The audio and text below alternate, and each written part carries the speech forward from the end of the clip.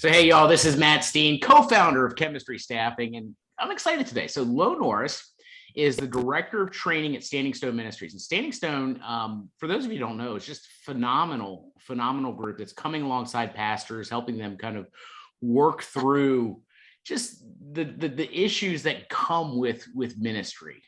Great group of guys working with pastors all over the country. We're starting to send a ton of guys to y'all, actually, Lo, because of how much we value what you guys are up to. But thanks for taking some time to talk, man. My pleasure. Glad to be here. Yeah. So just so we're clear, I mean, Standing Stone, you guys are a bunch of pastors that have realized that, you need to do work more with other pastors than necessarily in the local congregation these days. And so a lot of what you guys do is coming alongside pastors, pastoring and shepherding them, being a safe place to talk, maybe doing some pastoral counseling work, that kind of thing. I mean, what am I missing there? Not much. I'll elaborate. The common denominators, we've walked a mile in those shoes, and we know that there are, even in the best church scenarios, there are just challenges that are kind of above our skill set and our training. Yep. And so for us, there's about 180 of us shepherds that are across the United States. And we all feel called to take the learnings, the bumps, the bruises, yep. The path that took its toll on us, and bring the individuals who we know are experiencing something along those lines, and just be a safe place, off the record, free, confidential care for pastors and ministry leaders, so they can walk out the calling that God has on their life, awesome. and minimize the burnout rate in our ministry, coast to coast, and even around the globe in some cases. That's awesome. And just to be clear, I mean, these guys, y'all aren't consultants.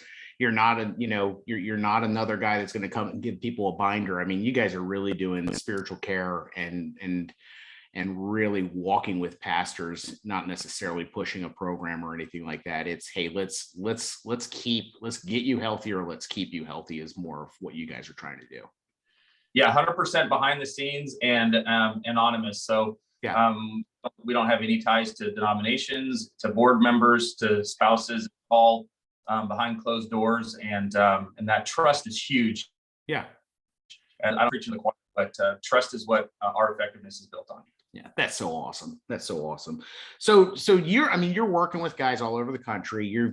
Both within your team, and you said you got about 3 million people that are on your team. I probably exaggerate a little bit on that, but you're also talking to pastors that are in the day-to-day. I mean, what are you learning about the church these days? Oh my gosh, it's fascinating. The church these days, I'll define these days as, let's just say, the last 18 months. Okay. As pastors have faced an unprecedented scenario. The first thing, Matt, when you posted this question to me, I was like, man, what am I learning today? I'm learning that the church is much smaller than I thought it was. Wow. Here in continental US, the church attendance is down across the board, which for the average guy and gal is super discouraging when you start talking about, where are all my people going? Yeah. But with that being said, I'm also realizing that small as it may be, or smaller as it may be, it's strong. Like the church is strong. And the primary indicator that I use for that is that the people who are there at the church are there and they are ready to go. Like they are the good few. And interesting enough, a majority, I won't say all, but a majority of the churches that I work with, which is roughly between 25 and 30, between my Nashville area where I'm at now and Southern California where I transplanted from, their giving's not down. Wow. Yeah. The people who are still there have always been there, and their commitment to the church, both in time, talents, and treasure, are still in place. And so it's an interesting thing to reconcile for the leaders that I'm working with. But very fascinating. Yeah. Oh yeah.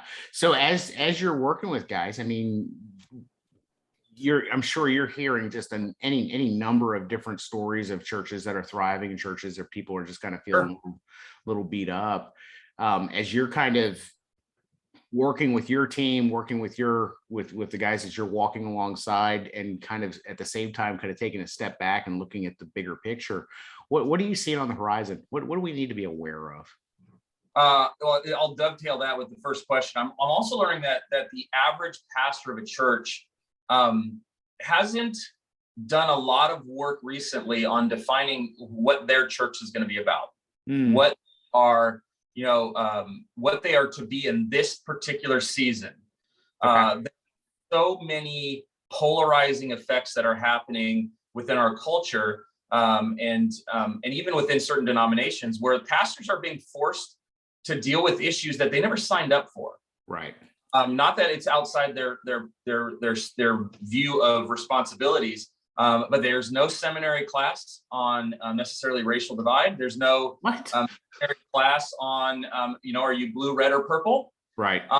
And even within denominations, are you going to be part of the conservative wing or part of the new advancement wing? And so a lot of guys are firm in their faith, but I don't know that they're firm in their expression of what leading their congregation is going to look like and what they can stand on with absolute resolve. Yeah. I feel like a lot of pastors are going to be put in a situation, if they haven't already, to where they need to stand up and receive ridicule. I told a lot of guys in the last year, Satan's going to stab you in the chest, or he's going to stab you in the back. Mm-hmm. So I would rather him stab me in the chest as I'm taking ground. And I think a lot of pastors have realized that, they're whatever stance they've made. Let's just take the closing down of churches last summer. Yeah. Whatever stance they made, they lost people. Yeah. So I had a brilliant man one time said, "Hey, you're always going to offend somebody. Make sure you offend the right people." And I know that pastors have done a lot of legwork within their boards and within their own circle of advisors to figure out, what am I going to stand on? And rather than wait for this to come to me, I'm going to start preparing and bring that statement to the forefront so they can actually guide their church from a position of leadership proactively, rather than responding to everything that gets thrown at them. And that's a hard thing to do, especially pastors who do not, like myself, want to ruffle the feathers. They do not want to cause conflict. They don't want to cause controversy. But they need to realize that controversy and conflict is coming to their doorstep. Yeah. And prepared for it and stand firm. There's a bunch of guys that are watching this that are just nodding their head and saying, "Oh yeah, conflict has come to my door." Right. I mean, they've lived this. We've said a lot around here, every decision a pastor's made over the last 18 months has been wrong. It's just how it's been. And people have been, pretty clear and very kind to let us know that. How do you counsel some of these guys, that you're talking to? I mean, because people are going to be angry. We all like to say, well, I'm not a people pleaser, and I'm just going to stand firm. But you and I both know that every single one of us in ministry has some people pleaser tendencies, whether we like to admit it or not. And so we may be solid on the outside, but we're internalizing that. How do you walk with guys through that? How are you coaching them to kind of maintain their health while they're getting stabbed in the chest, to use your words? They need to be super honest with their spouses about what they are experiencing. They don't need to drop names. I'm not a big fan of bringing names home because it creates awkwardness for the spouse, and your spouse is going to protect you. Yeah. So even if, I don't know, board member so-and-so, it's like immediately they're gonna probably side with you. But you need to have a real clear alignment with your spouse as far as, is this who we are about? And because of what comes next. What comes next is you're going to potentially alienate people and alienate yourself, and you need to be ready for whatever the consequences look like. So I have a saying that Jesus is either Lord of all or he's not Lord at all. Right. So we have a tendency to cling on to the things that, the pastors that I'm talking to are clinging on to things that they don't even realize have become driving forces in their life. Well, I can't afford to lose this job. How big is your God? So if you're carrying out what he's calling you to do, and if you're assuming the posture that he's calling you to do, then the results are 100% his responsibility. It's his responsibility to move you out of the church, but it's also his responsibility to care for you if that's the direction for you. So we feel like we want to follow Jesus in certain areas, but we're clinging on to these because I can't afford to not have a paycheck next month. And so being able to have a stronger resolve, understand lordship, that if this doesn't go the way that you think it's going to go and you lose your job, it's okay, because the Lord might be doing this for you, not to you. Yeah. And that's a hard concept for us to get our minds around, especially when it's disruptive. And if you and your spouse aren't on the same page, you're going to not only alienate people in your congregation, but your house is going to be a place where people are alienated, and you can't afford to go that route. And so those are two big things. And then I also advise pastors to make sure that they're talking to wise counselors so that they are not making this decision in a vacuum. They need to have boards and allow the people of that they respect to weigh in on it, because those people they respect, especially if they're in leadership of the church, they also have a divine mandate to care and to shepherd the flock. And shepherds like us as pastors desperately need to have more of a more triangulation. How affect this group, and how would this affect the community that you have? So wisdom comes in a multitude of wise counselors. So that's a big part of it, and it protects against isolation. That would be general stuff that I think applies to anybody that I'm talking to, and then it gets more nuanced based on their personal situations. Yeah. So I like what you're saying about making sure that you and your spouse are on the same page. Really like, the idea that, don't necessarily need to be sharing names, right? At the same time, I mean, you're sharing this, your spouse is watching, and that's the hardest job in the entire church, is being a pastor's spouse. I mean, let's just be honest, because they get to see all the arrows that you take, but they don't necessarily get to do anything to change it. How are you advising guys to care for their spouse through this season? I mean, yes, be on the same page. Yeah, kind of protect them from names. Any other things that you're just saying as far as, how do we care for our spouses in this? I'm not a real smart guy. I would say I plagiarize almost everything I've got. The best stuff I plagiarize comes from scripture. Shameless plug though, we are not just a ministry to pastors. We also have a spouse, our ministry wives, that also cares for the female clergy. Therefore, just know, gentlemen, ladies out there, we have care for your spouse as well. So, it really just comes back to basics. Again, back to the, either Lord of all or Lord, not Lord at all, is, where are you giving the lion's share of your time? I think a lot of it is, we can't put our spouses through a challenging decision in the church and expect them to roll with it if they're not operating from a base of feeling full and prioritized by us as ministers. So we all need to proactively make investments in your spouse, your wife, your kids. Don't try to manage the conflict when it's already there. We proactively filling and making deposits into that relationship so that when a tough season comes, either on a national level or isolated within the church, that it's less, they land softer.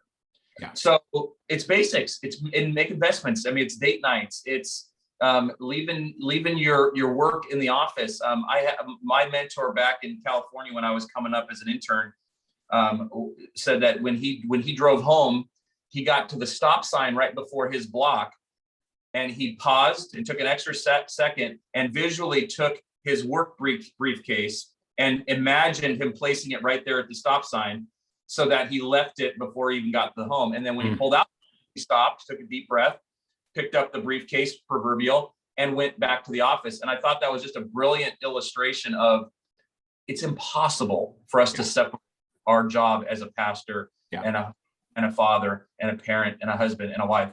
So we have to go to great lengths to make our homes sacred spaces. So what is going on in our loved ones' lives are our absolute priority.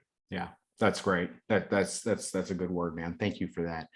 So as you're looking to the future, as you're looking 18 months, 24 months, who knows, 5 years down the road, I mean, what encouragement do you have for pastors, as they to the season ahead? Gosh, self-encouragement's the word. I got a chance to visit Ephesus back in the day. Mm-hmm. What dawned on me when I got there was the church died here. Mm. Like, there's no church here. Mm-hmm. And realizing that what we know as church and what we lead is as our church doesn't last forever. Last forever. So to feel as though somehow that's the mandate, that we make this thing work come hell or high water, literally, is a misnomer. And it forces us again to lead from a place of too much constriction. Yeah. And so I think as encouragement, realizing like that's been the model since the get. Yeah. There's no church that withstands, every season. And as a country, we're going through some interesting times, but we're fairly young as countries go. But I've heard many pastors preach on empires, and empires fall, empires rise. And so that's not the encouragement. I think that's just the gut check. The encouragement is, we're going through Nehemiah right now as a church, our pastors walking us through that, and getting to where I think it's Nehemiah chapter 8, when the people reopen the text, and there is this huge emotional swing of weeping and sadness because they realize how far they've drifted. And then I think within the same chapter, the Levites bring about like, no, we need to celebrate because we've heard the word of God. Who cares how much we've missed? Yeah. Let's focus on what we now know and revisiting the holiness component of church, revisiting that pursuit of righteousness within the church. We are not called to make board members happy. We are not called to get a 10% growth in our congregational, attendance every year. We're called to make disciples. We're called to challenge people to a higher standard and welcome them into an intimate relationship with the Lord. And in doing that, to watching the transformation of what happens when we simply surrender to the word, and the quality of life increases. Yeah. This is where I might get in trouble. Jeremiah 29:11. It's like a coffee cup verse of all coffee cup verses. Like, hey, for I know the plans I have for you, man, it's gonna be good. Yeah. It's like that promise was not realized by the people it was given to. The people it was given to were stuck in Babylon. That promise was for their kids. Yeah. And their kids. And I think we need to keep that generational mindset in at the forefront of saying, what, God has just called us to submit to him, to trust him, to read his word, and to seek his heart, and to respond to his spirit as all those things, reinforce one another. And when that happens, it doesn't matter whether we're in a World War II moment or whether we're in a Babylon exile. That's when we're going to see God's favor. And so the encouragement is just back to basics. Yeah. Back to basics, and a pursuit for following the roadmap that he's laid out to us in scripture and in that personal relationship. And I know that doesn't come off as like encouraging, but I just feel like we're scraping the barrel for little nuggets of like, please just encourage me. It's like, no, the encouragement comes from just doing what men and women of God have done from for the last couple, if not several millennium, is just seek God's face. That's awesome. And submit to him and humble ourselves to him. And that's where I think he will restore us, as in the same way that he restored Israel and story of Nehemiah and rebuilding the temple. And he's still working. He's either Lord of all or he's not Lord at all. And should be encouraging, I think, for all of us. That's awesome. I keep telling people, God's not surprised that we're in the middle of an apocalypse, right? He's well aware of what's going on. He hasn't forsaken us yet, right? Right. Oh, and I'll add this, and I think this is more for the audience specifically, since you didn't ask. There is a silent majority in your congregation, in your Twitter feed, in your videos, who are not going to squawk and balk at everything you say. But the more that you stand up and show healthy, God-inspired leadership, you're going to see a silent movement of people that go, finally, someone who has the courage and the confidence to lean into this. And so make sure I think we all need to have a gut check as to where we're getting our positive reinforcement from. Negative reinforcement is so pervasive right now. Yeah. But where are we getting our positive reinforcement? And just know that there are people wondering, what are you going to be about? Yeah. Are you the type of person I want to follow? Yeah. And that's where the divine spark happens, because he knows, the Lord knows the hearts of all of those silent observers. But just trust that leadership that he's put inside of you, and know that people are looking for a better alternative than what they're getting right now. That's awesome. Lo, thank you for this. Thank you for the time that you're just sharing with us. And seriously, man, thank you for the work that you guys are doing. If y'all haven't checked out, if you don't know about Standing Stone, you need to go to standingstoneministry.org and just devour their entire website, because I really do. I love the work that they're up to. I love the way that you guys are caring for pastors and their families, and walking with them just in hard seasons, and even sometimes not so hard seasons, but grateful for y'all's work. Thanks for doing this, man. Absolutely, my pleasure, and look forward to hearing from anyone out there that needs to talk to somebody off the record, and I'll be more than happy to help you find somebody in your area or talk to you myself. That's great.